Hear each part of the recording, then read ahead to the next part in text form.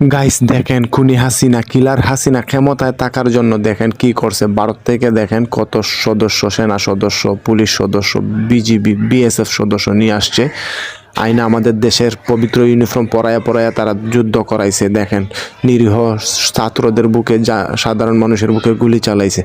এখন দেখেন সব আর্মার্ড ফেলে রাইকা তারা কিন্তু দেশ চাইরা পালাইতেছে। এই যে ঢাকা বিমানবন্দরের অবস্থা দেখেন, তারা দলে দলে কিন্তু আমাদের দেশ চাইরা পালাইতেছে।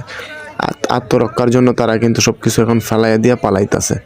দেখছেন ভাড়াটিয়া খুনি বাহিনীরা, দেখছেন এটা হচ্ছে কিলার শেখ হাসিনার কাজ। এই তার আসল রূপ দেখেন, ক্ষমতায় টিকে থাকার জন্য কি না করলো সে।